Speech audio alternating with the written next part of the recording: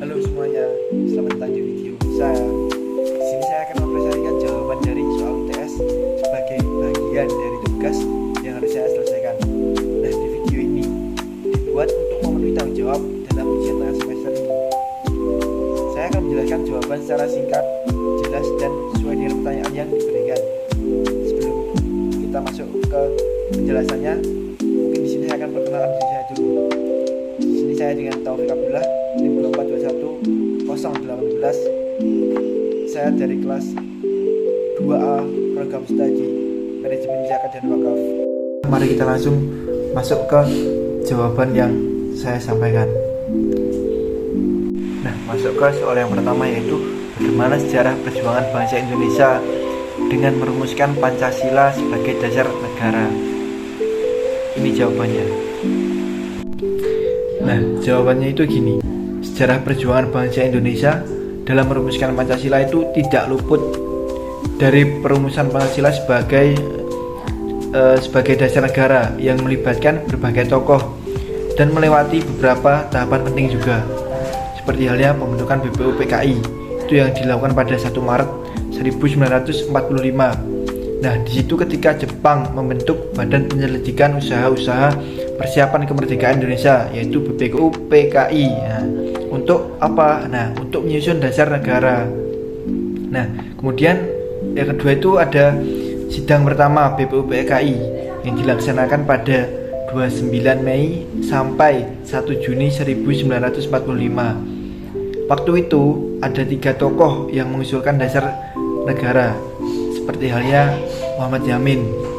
Beliau mengusulkan 5 asas: peri kebangsaan, peri kemanusiaan, peri ketuhanan, peri kerakyatan, dan kesejahteraan rakyat. Dan tokoh yang kedua itu ada Suepomo. Beliau mengusulkan konsep negara. Nah, masuk ke soal yang pertama, yaitu bagaimana sejarah perjuangan bangsa Indonesia dalam merumuskan Pancasila sebagai dasar negara. Nah, sejarah perjuangan bangsa Indonesia dalam merumuskan Pancasila itu tidak luput dari perumusan Pancasila sebagai dasar negara yang melibatkan berbagai tokoh dan melewati beberapa tahap penting, seperti halnya pembentukan BPU PKI pada 1 Maret 1945. Nah, ketika itu Jepang membentuk Badan Penyelidikan Usaha-usaha Persiapan Kemerdekaan Indonesia atau bisa yang disebut BPU PKI. Untuk apa? Nah, untuk menyusun dasar negara.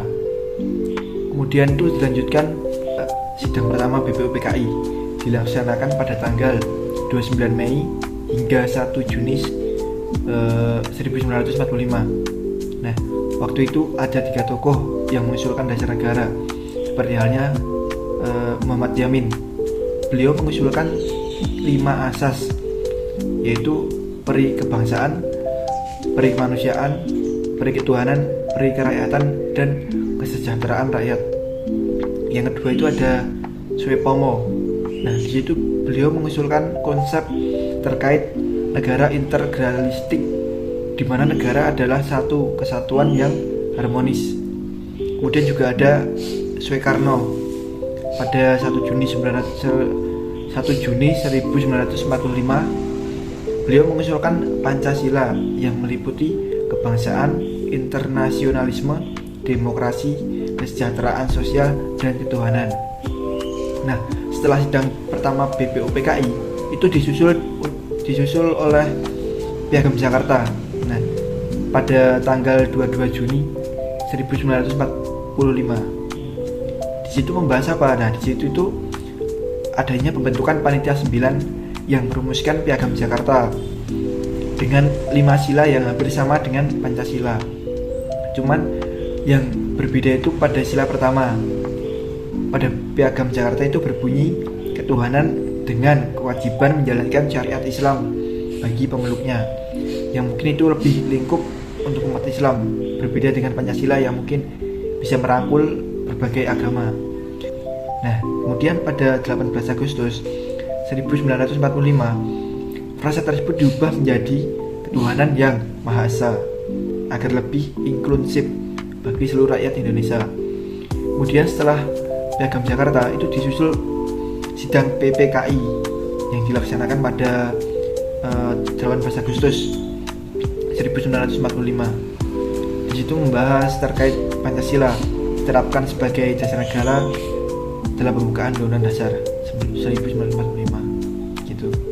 Masuk ke soal yang nomor 2, yaitu jelaskan mengapa Pancasila dianggap sebagai solusi yang tepat bangsa Indonesia yang majemuk.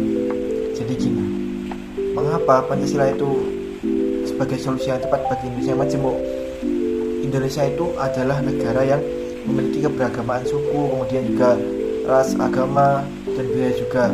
Nah, Pancasila itu menjadi solusi itu karena di dalamnya itu mengandung beberapa makna yang merangkul semuanya. Seperti halnya di setiap silanya itu mempunyai makna tersendiri itu, yang berbunyi Tuhan Yang Maha Esa. Di situ bermakna mengakomodasi, mengakomodasi kebebasan beragama bagi semua warga negara. Kemudian di sila kedua itu yang berbunyi kemanusiaan yang adil dan beradab. Di situ menjamin keadilan tanpa membedakan suku atau agama. Kemudian di sila ketiga itu yang berbunyi persatuan Indonesia. Di situ mempunyai makna memupuk semangat kebangsaan di atas kepentingan kelompok.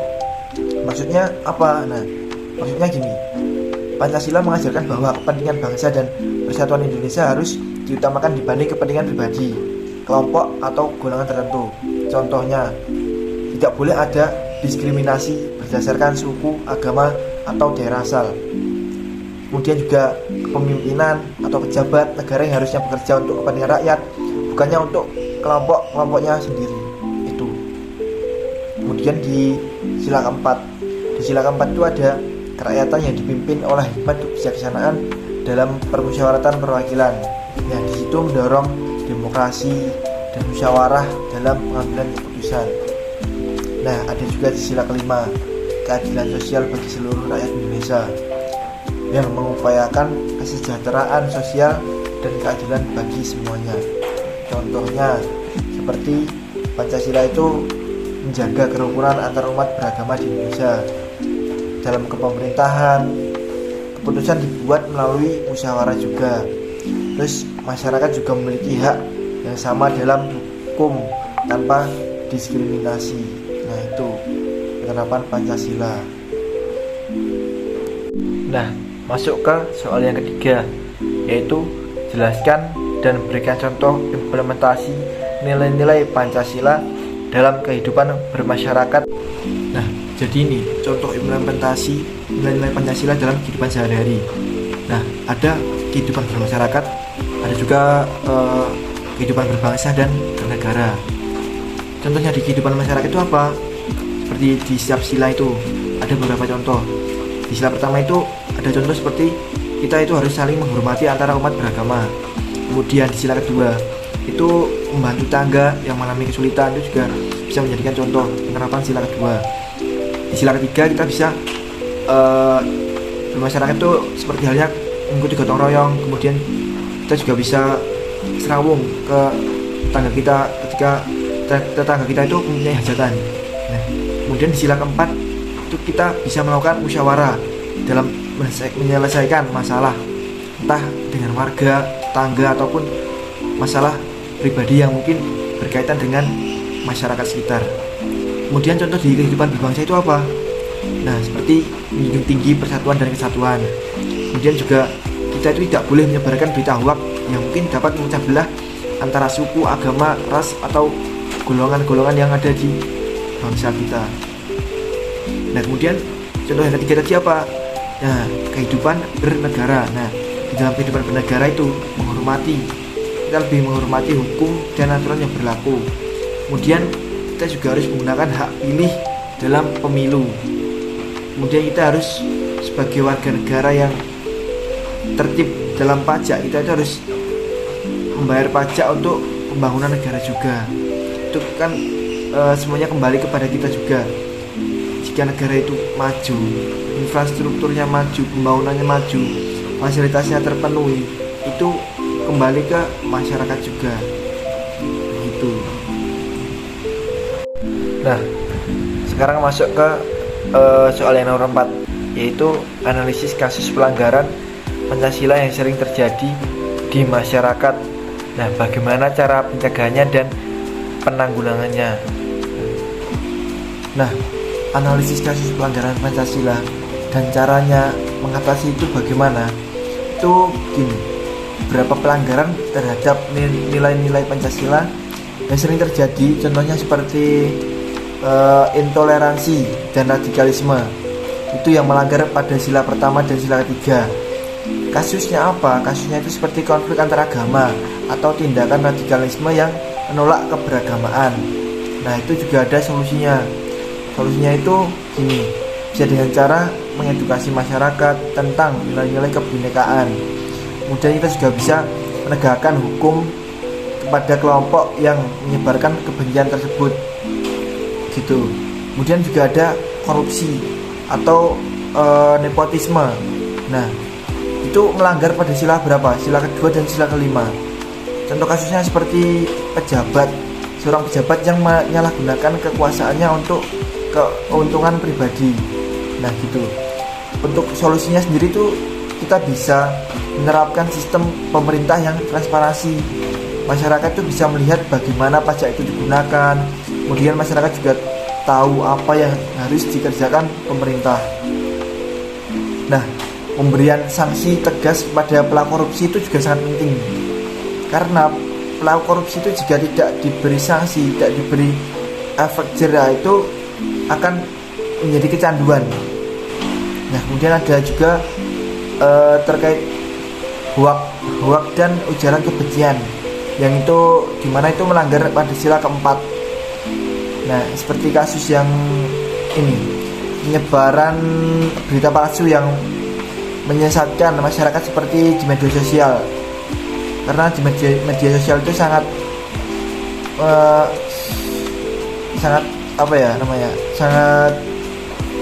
rawan sekali terkait kasus hoak dan ujaran kebencian ini. Nah, solusinya apa? Nah, solusinya gini, kita bisa mengedukasi masyarakat terkait literasi digital agar masyarakat itu lebih kritis terhadap informasi. Tidak ada informasi langsung disimpulkan, harus dicerna dulu. Kemudian kita juga bisa menegakkan hukum terhadap penyebaran hoax yang memberi sanksi. Nah, dan memberi sanksi, penegak hukum terhadap penyebaran hoax. Jadi kita bisa menyelidik siapa sih di balik kasus penyebaran hoax tersebut. Kemudian kita harus memberi sanksi, seperti halnya tadi seorang yang korupsi tadi. Semua yang melakukan kesalahan itu berhak diberi sanksi. Nah, kemudian ada ketimpangan sosial dan kemiskinan, itu yang melanggar sila kelima tadi. Di sila kelima itu ketimpangan sosial dan kemiskinan itu sangat mengganggu sekali. Seperti kasusnya, nah gini, kasusnya itu masih banyak sekali masyarakat yang hidup di bawah garis kemiskinan. Di Indonesia ini masih banyak sekali. Solusinya apa?